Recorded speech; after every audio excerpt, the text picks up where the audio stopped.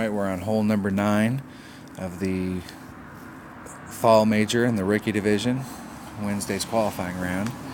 And so we're going to take the fairway over to the left, and we're going to try and get as far out there as we can. And if you see the last shadow that comes out there into it, and then if you come up, there's a shadow that almost makes the fairway, and then the next kind of full shadow that's in there.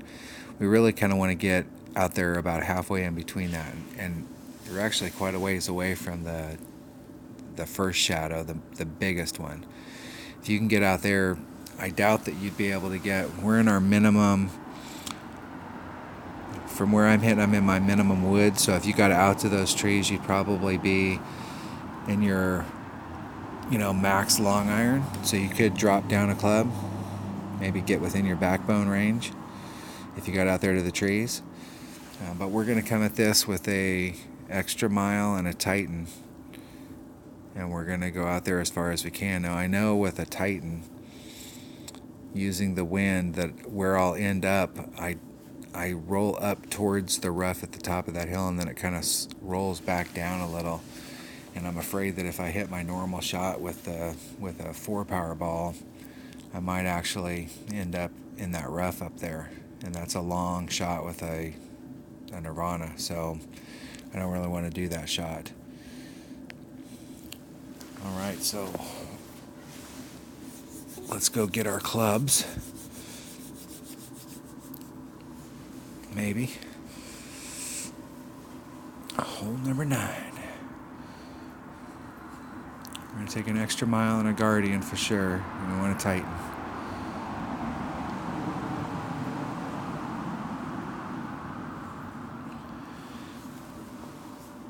That should be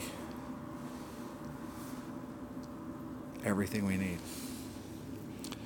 to go for Albatross. Opening up a chest. You can't get clubs if you don't open chests.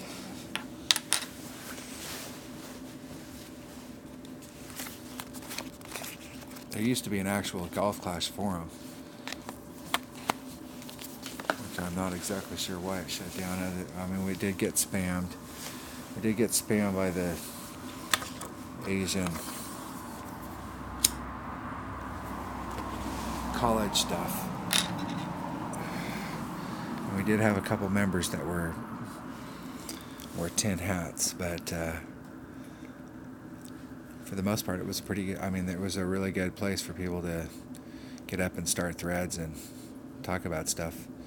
Facebook's newsfeed thing doesn't work as well.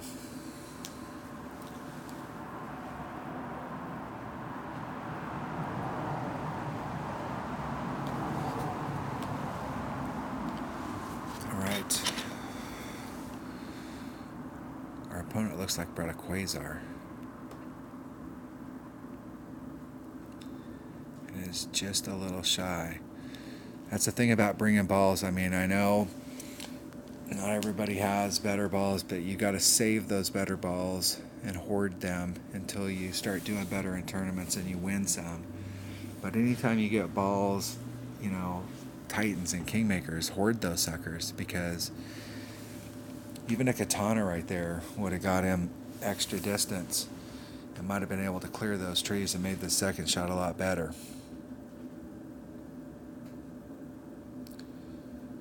We're hitting great to the left. A 2-ring pull great to the left.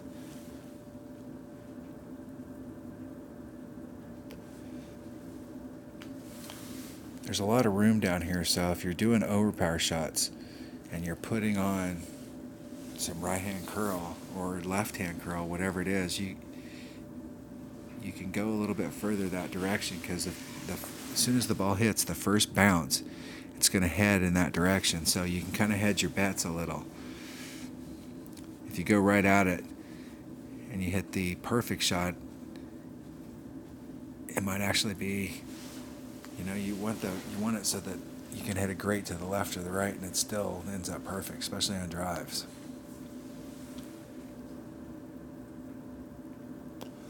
But never lose a hole just because you are not willing to pull out the ball that it would take to win. A lot of times people bitch about their clubs not being good enough, but the deal is they're not bringing out good enough balls. Hey, these guys we're going out and we're practicing right now, and most of the people I see in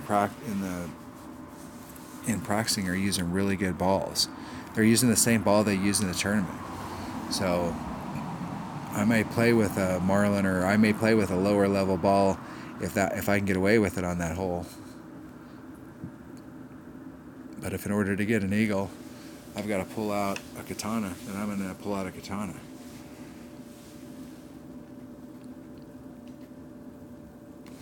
That's why those special balls that you have to pay for, you got to really hoard those and use them sparingly.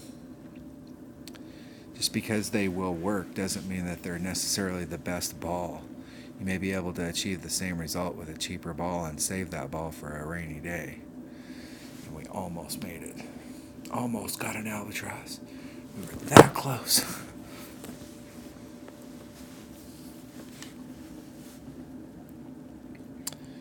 All right. We successfully finished our qualifying round.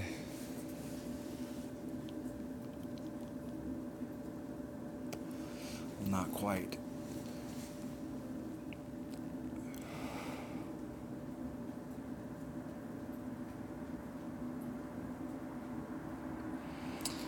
All right, let's see where we ended up. I don't pay a lot of attention to the stat stuff. I like to get into a bracket and then turn the game off for a couple hours and then go do something else and then come back and play and let a bunch of people finish. And then work my way up and see where I end up. I don't like to put a lot of pressure on myself to go, wow, I got to get a 30. I just like to go out and play. All right. So that was hole number 9. We ended up with a 14 minus 14. We blew a birdie We blew the birdie shot on hole number 2. We got a par on a par 3. But we got eagles on all the par 4s and we got eagles on all the par 5s. So a pretty decent round. So I think it's going to stick with pretty much what I was thinking, that in the weekend round, at least in the Ricky brackets, if you're in the expert or the masters divisions, it's going to take somewhere between, it's going to take a 28 or better. You might be in some brackets that if you're an expert, you can get away with a 27, but you're going to have to shoot a pretty good score. I think in the lower Ricky brackets, where it's the pure Rickies, they're probably going to be looking at 24s, 25s are going to win. Just because of clubs and balls. Some of it's they don't have the right club, and some of it's you're not willing to use the right ball, or you don't have the right ball. All right, that was my qualifying round. Thanks for watching.